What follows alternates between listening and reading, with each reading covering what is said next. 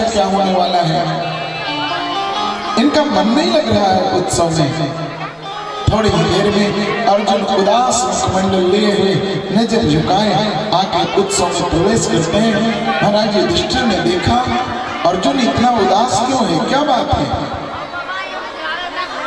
महाराज युधिष्ठिर तुरंत पहुंचे। अर्जुन ने बड़े भैया को प्रणाम किया।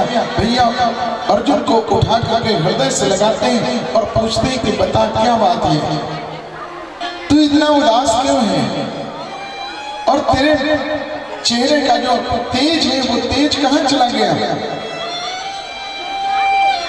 कहीं ऐसा तो नहीं तेरे सामने में किसी गाय का वध कर दिया गया, इस कारण से तेरा तेज नष्ट हो गया।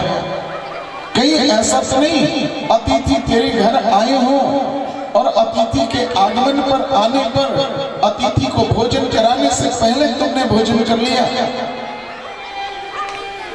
इन दोनों कारणों से तेज नष्ट हो जाता है। क्या बात है। अर्जुन बेवल होने लगे, रोने लगे।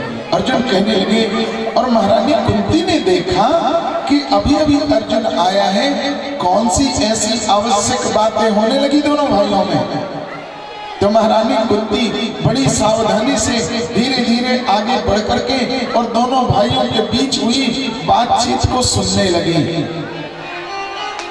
अर्जुन ने कहा कि भैया भगवान इस धराधाम को छोड़ के चले गए।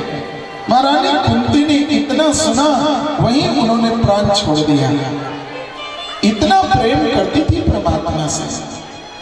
जैसे ही उन्होंने सुना कि प्रभु इस धराधाम को छोड़ के चले गए, महारानी कुंती ने वहीं प्राण उत्सर्ग कर दिया, प्राण छोड़ दिया। महाराज युधिष्ठिर ने विचार किया जब प्रभु नहीं तो हम भी नहीं रहेंगे, क्या करें। तो शिशु परीक्षित का, अभी परीक्षित शिशु ने अपने पौत्र का राज्याभिषेक कर दिया। बोले जब बड़ा होगा तो राजकाज संभालेगा, अब हम लोग एक क्षण यहाँ नहीं रहेंगे। एक शिशु के हाथ में राज्य सिंहासन दे दिया गया। कुशल मंत्रियों और ब्राह्मणों के संरक्षण में राज्य का सुसंचालन होने लगा। द्रौपदी सहित पांचों पांडव हिमालय की ओर प्रस्थान कर गए, हिमालय में चले गए। आज भी जब आप बद्रीनाथ क्षेत्र में जाएंगे तो बद्रीनाथ के ऊपर में पांडव गुफा आपको मिलेगा। उधर ही पांडव जा जाके और वैसे बर्फीले पर्वत में अपने आप को जाके समाधि लिए। धीरे धीरे परीक्षित बड़े हुए। इरावती नाम की कन्या से इनका विवाह हुआ। जन्मेजय 3 अश्वमेध यज्ञ इन्होंने गंगा तट पर संपन्न किया है। अत्यंत धार्मिक राजा, पिता जैसे एक पिता अपने पुत्र का ध्यान रखता है, उसी प्रकार से अपनी समस्त प्रजा का ध्यान रखने वाले ऐसे धार्मिक राजा। एक दिन 10 दिशाओं में दिग्विजय करने हेतु निकले। 10 दिशाओं के राजा ने इनको बड़ा सुंदर सुंदर उपहार दिया, इनका सम्मान किया। सभी लोग इनके साथ हैं, कोई इनके विपक्ष में नहीं है। सब कुछ चकाचक चल रहा था, खूब बढ़िया। किसी ने कहा महाराज आपके राज्य में कली प्रवेश कर गया।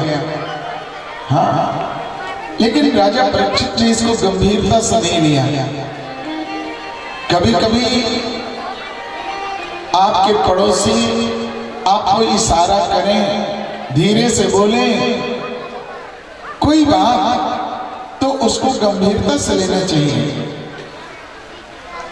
अब आपके बच्चे को यदि उन्होंने शराब पीते हुए देख लिया तो सीधे सीधे कैसे कहेंगे कि काल निकलियों तो ननुआ शराब पिए रहे, बोल सकते हैं। पड़ोसी बोले तो आप लड़ बैठेंगे कि नहीं मेरा बेटा शराब नहीं पीता है और कोई और होगा, आप लड़ने लगेंगे।